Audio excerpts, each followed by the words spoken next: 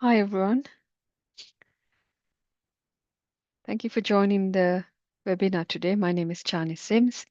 I'm the Managing Director of Meta Defense Labs, and I'm also a cyber advisor for NCSC and a cyber essentials assessor as well. I've been doing this for over 9 years now as a cyber essentials assessor, and I'm also a ISO 27001 lead auditor and a lead implementer.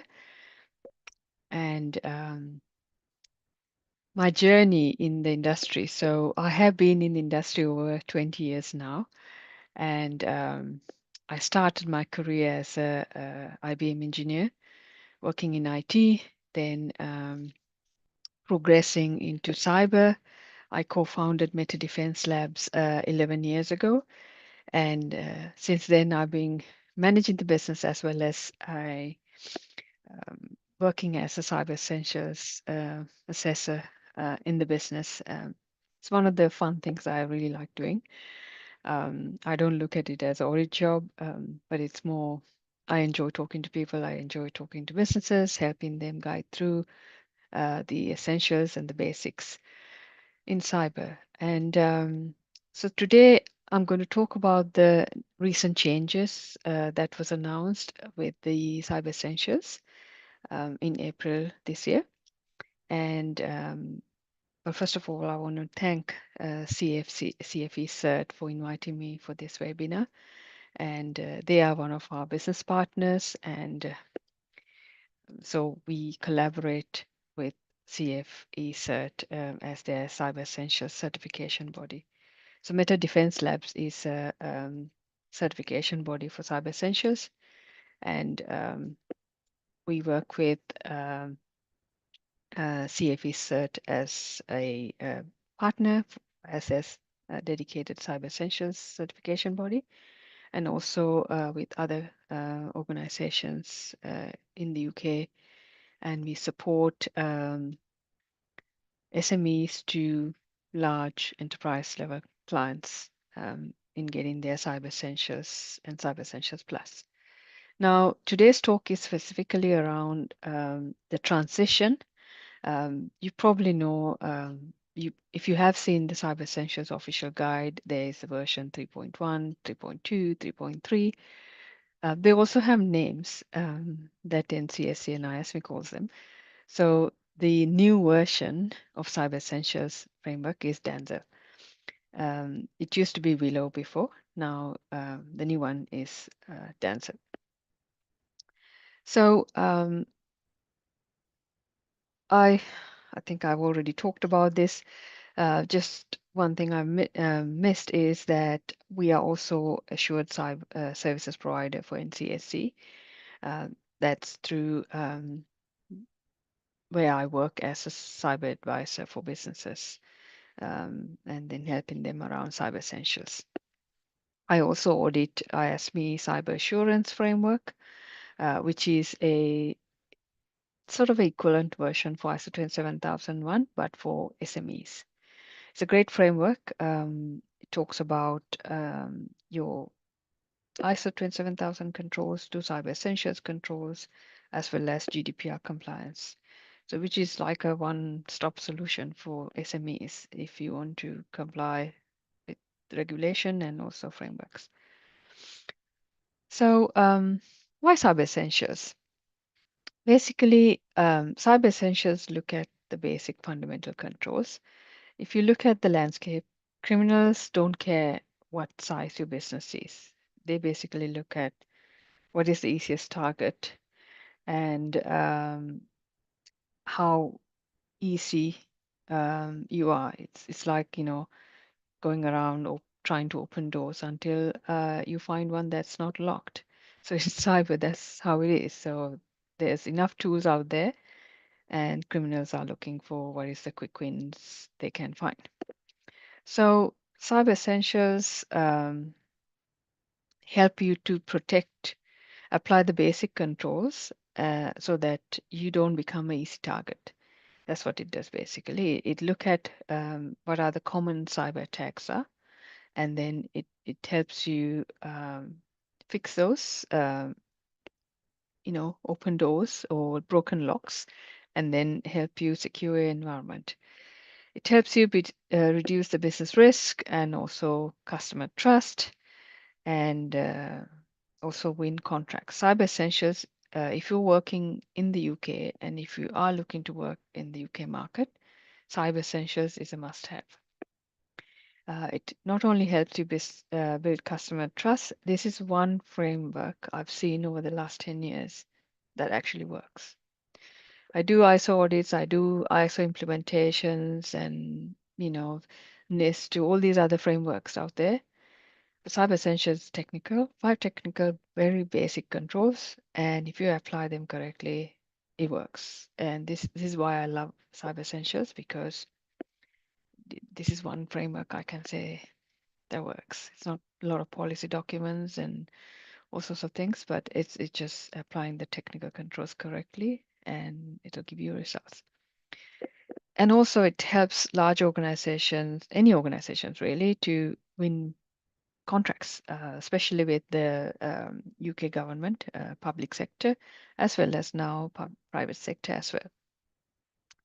And like it says, it's the essentials, and it's just your cyber hygiene, basically. I even call it the IT hygiene, really, where gives you simplified, that gives you real protection. So if you look at how the past breaches that's happened, Jaguar Land Rover 2, M&S, Cope, a lot of the breaches have started not as sophisticated ways of getting in. It's typically the easy ones.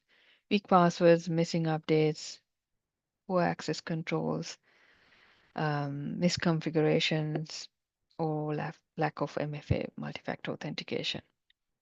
And these causes have been identified through the evidence of these breaches, and they are mentioned in the Cyber Breach Report of 2025 and in the NCSC incident management findings.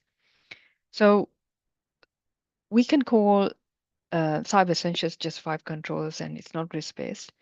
That's because NCSC has already studied these breaches, evaluated how the attacks have started, and they've done their risk assessment on behalf of all of us, basically, and they've come up with these 5 controls. So it's not risk based, but that's because its risk assessment has been already done by NCSC, and it's looking at how these attacks begin with the basic commodity techniques, basically. Um, yeah, so it's basically it look at how you can delay or stop a cyber attack using the very basic techniques out there. Yeah, this is if you are a business and or if you own a business, or if you're just a startup, or the cybersecurity is not an optional thing anymore. It's not excuse, basically. So the threat is real. There's enough guidance out there. Everyone goes around about how and why cyber security is important. And there are proven controls out there that address these risks. And so if you are a business owner, um, not saying not you don't know about cyber is not a excuse anymore, basically. You have to do something if you want to be taken seriously and if you want to grow your business. You probably have seen this diagram in the past. The threat is real. With the developments in AI, it takes minutes, not days, to turn a vulnerability into a working exploit. So you can't just wait for a month to patch your systems anymore. It has to be hours or days, basically. Um, the the Cyber Essentials framework, there's 2 stages. Uh, Level 1 is Cyber Essentials Basic, which is a verified self-assessment. You fill in the form and you attest to it, and then it gets assigned to a certification body like us and an assessor like myself, and then we mark it and issue the certification if everything is compliant. Level 2 is a Cyber Essentials Plus audit, which is externally verified assessment. What that does is we come in, a CE plus assessor or certification body will be engaged, looked at, and we will look at your Cyber Essentials assessment, and then we will conduct technical tests like external vulnerability scan, internal vulnerability scans, screen sharing sessions with users, checking your mobile devices, network segregation, and see if everything's compliant, and then if everything's good, and matches with what you're saying in your Cyber Essentials assessment, then we issue the CE plus certification. The one thing to be clear is that you don't get CE Cyber Essentials and wait 3 months to get your CE plus. When you are ready for Cyber Essentials, you should really be ready for your plus, because if you're saying you're doing these things in your assessment, you should be doing those things. And when it comes to plus, you should pass plus because you're already doing these things. And also, one thing to remember is if you've done your Cyber Essentials and you achieved your certification, then you have 3 months to get your CE plus audit done. After you pass that 3 months from the day of the certification of Cyber Essentials, um, if you pass the 3 months, you'll have to do the Cyber Essentials again because you've only got 3 months to get your Cyber Essentials plus. So my recommendation is if you need to get plus, um, get a Cyber Essentials certification body involved, go through the whole process, and go for the certification at the same time. Then it's easier to do it that way. Um, I mentioned about guidance out there that's free. There are specific guidance I want to mention that is tailored around Cyber Essentials. This is offered by IASME and NCSC. You can download the assessment questions and the official guidance version 3.3 from IASME website. And then there is also a readiness tool, um, which you can use to check how far you are in terms of your readiness for Cyber Essentials, or you could get one of us engaged to do a gap assessment, and then we can tell you where your weak points are. Pre-consultation. So that's where you can book a consultation with a cyber advisor, um, and then it'll get allocated to one of us, and then we can give you half an hour free advice and support you through that process. And then the Cyber Essentials Knowledge Hub hosted by ASME. This is a great knowledge hub that you can get a lot of information out of about Cyber Essentials. And this is about why you should talk to a NCSC certified cyber advisor or an assessor. I'm both, but I recommend talking to qualified assessor or advisor, because you know you're getting the right advice about Cyber Essentials, because we have been trained by NCSC and IASME to meet the standards that they're expecting to deliver. And also, we we go through a lot of training to make sure that we understand the continuous changes that's happening with Cyber Essentials, and we are trained to give you simple advice around how to fix or implement these 5 key controls. Scope is one of the biggest areas that a lot of organizations fail. If you don't get your scope right, don't even move on to uh, completing the assessment. You need to engage with a certification body or an assessor to finalize the scope first. Scope is the most important thing. If you don't have your scope right, rest is just meaningless. So get the right advice to make sure that your certification scope is defined correctly. Um, because this is where I see a lot of failures happen when I mark assessments. Because the scope is not, there's missing information, it's not correctly defined. Therefore, we can't mark risk assessment. Scope needs to be clarified first. Um, Keeping up to date, this is a difficult one because it changes annually, sometimes even between.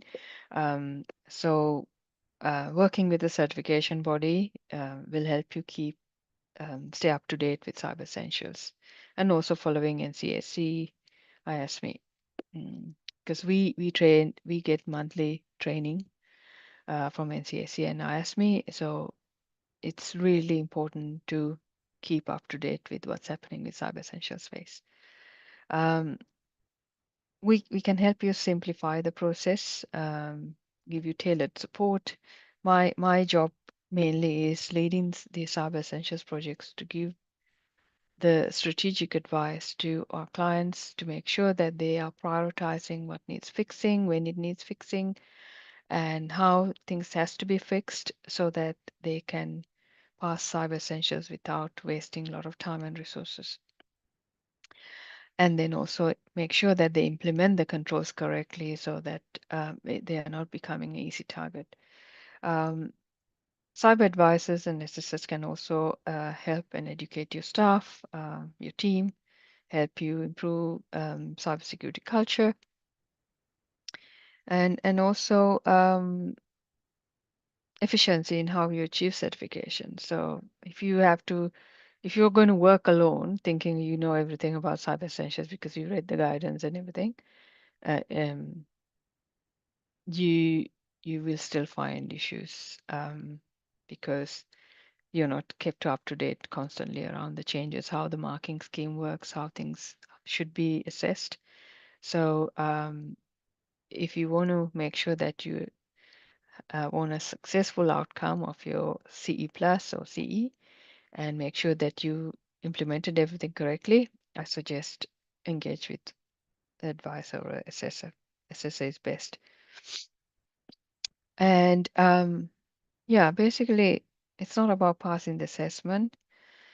It's about implementing the controls correctly and protecting your business, your reputation, your customers, and importantly, your livelihood, because you've seen how job losses happen and how some businesses been had to close down during the JLR breach. So let's look at the 5 technical controls. Sorry, um, somehow I mix up the slides. So let's look at the scope first. So this is from the requirements guidance, latest requirements guidance that was released this year for Cyber Essentials. This is basically your scope. The boundary is the green line um, is your network basically, and you have to define everything within that network. So starting from your boundary device, which should be the layer 2, layer 3 networks of OSI model. So that could be a router or firewall. And from that's where your internet boundary. From that onwards, then what's inside that network? Everything has to be defined within that network. So in your scope, you could have different networks. That's how you normally um, describe the scope with your networks. And within those networks, you would have desktops, laptops, servers, physical, virtual, hypervisors, mobile devices, smartphones, tablets, wireless access points, all these things. And then there's a users, privileged users to normal users. So, and of course, your cloud services, infrastructure as a service to platform as a service to software as a service, everything has to be included in the scope. Once you define this scope and you agreed with the certification body, then you can move on to the 5 controls. So I also call scope as a sixth or the first control because it's basically your asset lifecycle management. The new version actually even emphasized on maintaining asset registers now, finally, because if you don't have asset, if you don't know what your assets are, you have to ask, what are you trying to protect? So asset registers and maintaining your asset lifecycle management is key to passing Cyber Essentials. If you have any unsupported operating systems or software, end of life software, it's automatic fail. So that's why it's really important. Then you have the 5 controls, your firewalls, your boundary devices. So it could be software firewalls or physical firewalls or routers, your software firewalls, the firewall that's running on your laptop or desktop. Then it looks at secure configurations, just checking if you configured your devices correctly in a secure manner. Update management, that's checking if you've got um, if you're addressing all the vulnerabilities and patching your systems on time. So the requirement is 14 days. That's your maximum, basically. With that previous slide, I mentioned around how Mathis can find vulnerabilities and exploits within minutes now. Um, 14 days even is not is still your maximum. You can't go beyond that. You should be prioritizing how you patch systems, critical and high patches. If there's exploit out there, don't wait for 14 days. You need to fix them. So basically, update management is patching your systems, critical and high vulnerabilities within 14 days. Then the user access controls, so limiting access to systems and data so that only people who has the right to access have access. Your privileged users are the enemies in this case. You need to monitor them and assess how privilege access is granted because if you don't have that set up properly, that's also a fail now. Then the malware protection, what tools that you use for antivirus software. And then they protect um, any malicious software from causing harm to your systems. So that's the 5 controls. So let's look at the most significant changes to CE requirements. Um, by the way, if you have any questions, you can put it in the chat. I will look at them once I finish. So we will go through this. We got enough time. Um, so in the past, we continuously identify loopholes in this system, how people exploit or not do the work properly and go for certification quickly as a tick box exercise. And that's damaging the reputation of Cyber Essentials because people are trying to do shortcuts and finding workarounds that they can use for passing CE easily. Um, and then some people would do the CE plus assessment, just applying the controls only for the sample devices. So the rest of your estate is still vulnerable. So it's just that's how tick box exercises uh, happen because you are not really implementing the controls properly.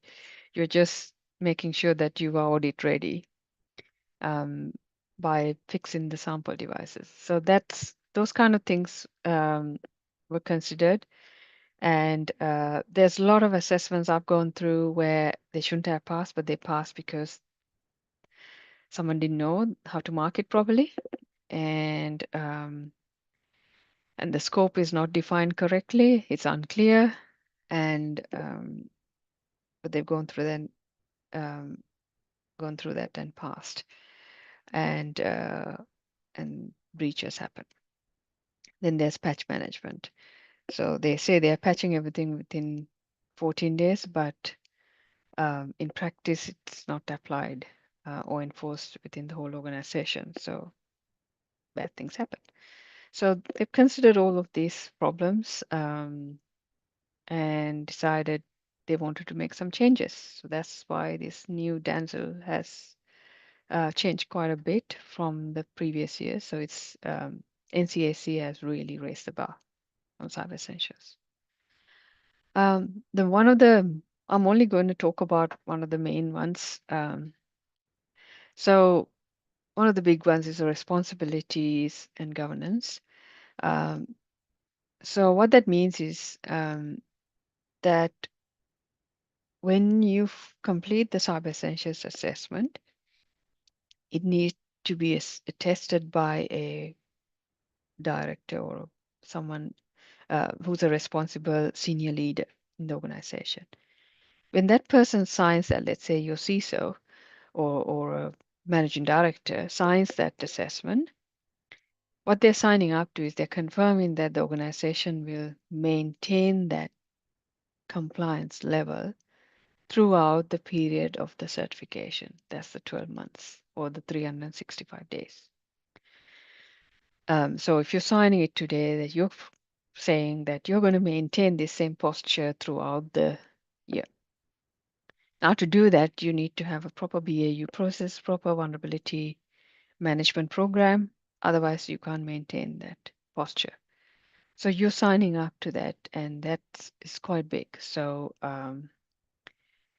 you can't put false answers or ChatGPT generated answers on your assessment and think, yeah, I'm good and I'm going to pass. No, you need to make sure you have whoever signing that needs to make sure that they are accurate and they have to maintain that compliance levels and you can back it up with documented evidence. It's really important, documented evidence.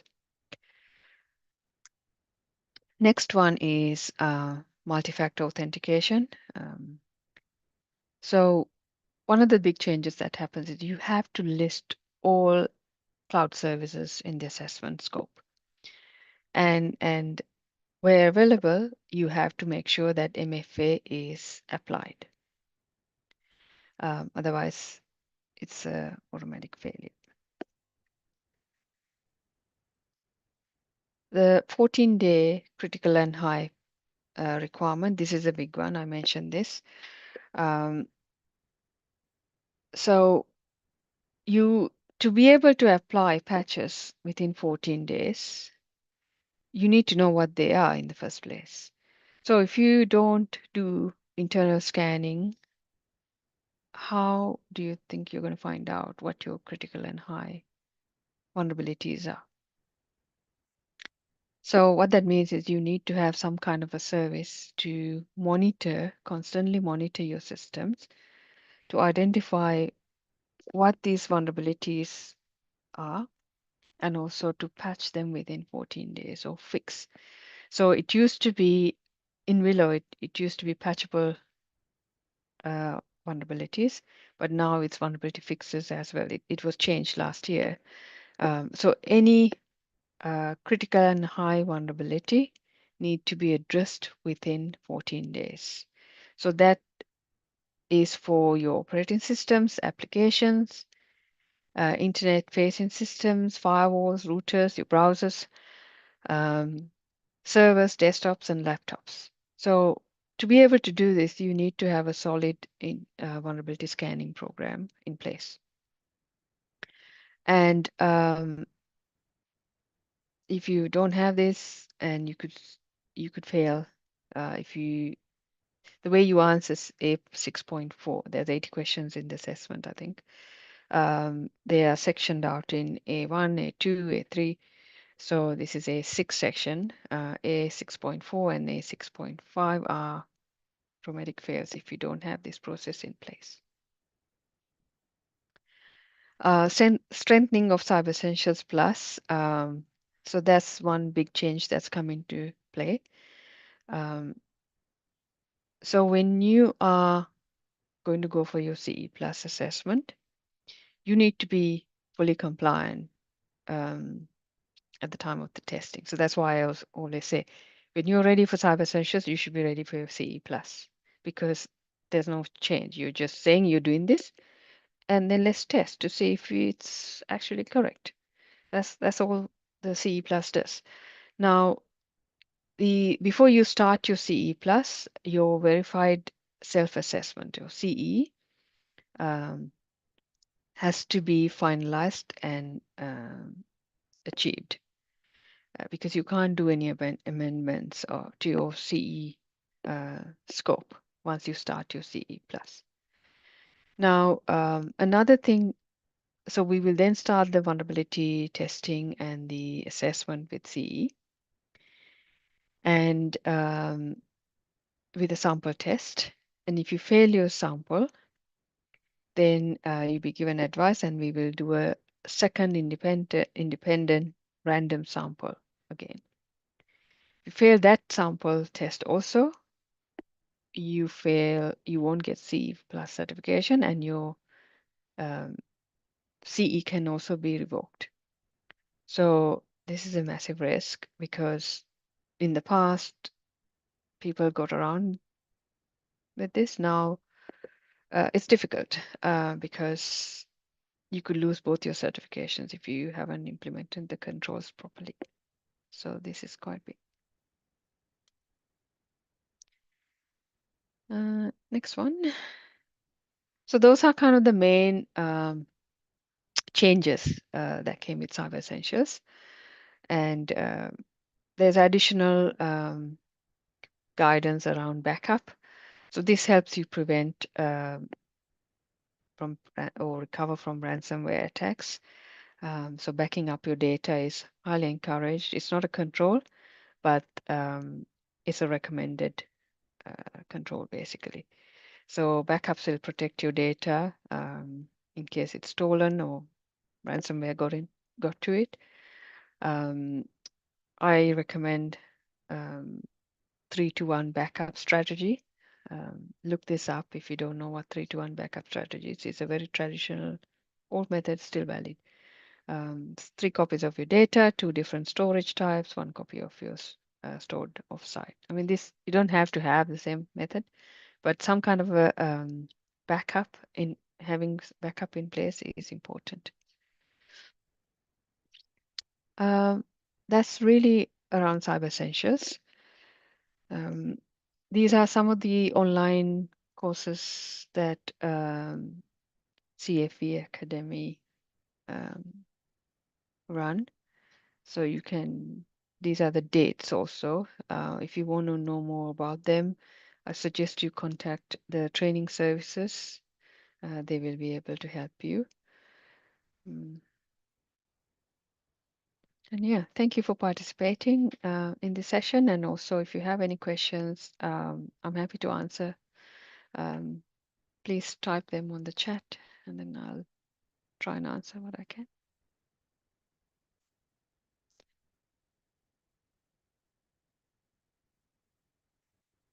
I've got a question from Venuri.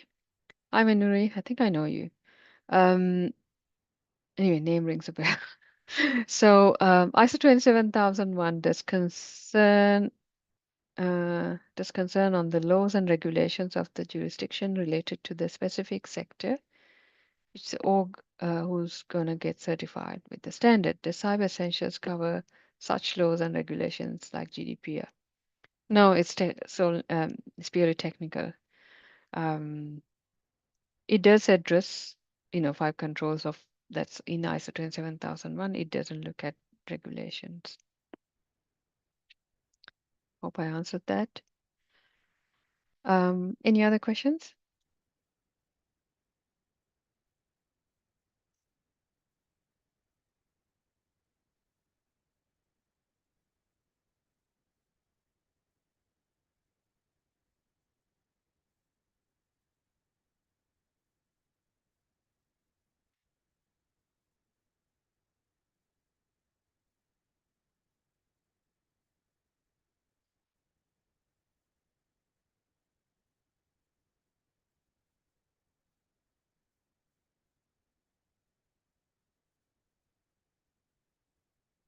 I guess no questions. Then we can wrap up the chat. Thank you again for joining me on this session.